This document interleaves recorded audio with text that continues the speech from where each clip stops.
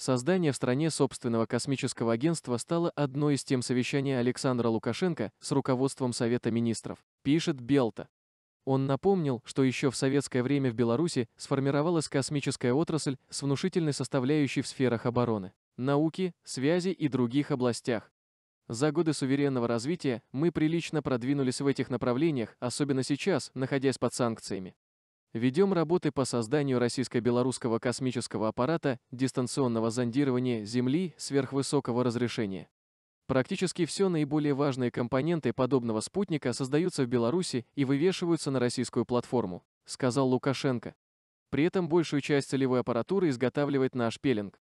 В разработке находятся 3 космические программы союзного государства. Сейчас основные функции по регулированию космической деятельности выполняет Национальная академия наук. То есть система управления работает и на данный момент. Вопрос простой: чем плоха или недостаточно действующая структура управления? Способна ли она полноценно учитывать и участвовать в международных программах? И что получим от создания белорусского НАСА? Будет ли эффект сопоставим с затратами на новую организацию и ее содержание, сказал Александр Лукашенко. Не так давно Лукашенко бегал по всей Беларуси и искал нефть, которую он пока так и не нашел. Резко переключился на поиски редкоземельных металлов, которых тоже не оказалось в землях республики. Затем Синепал резко взялся за вторсырье, но и тут быстро остыл.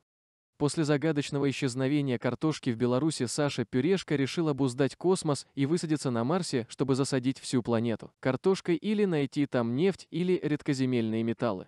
Клоунала 3% продолжается.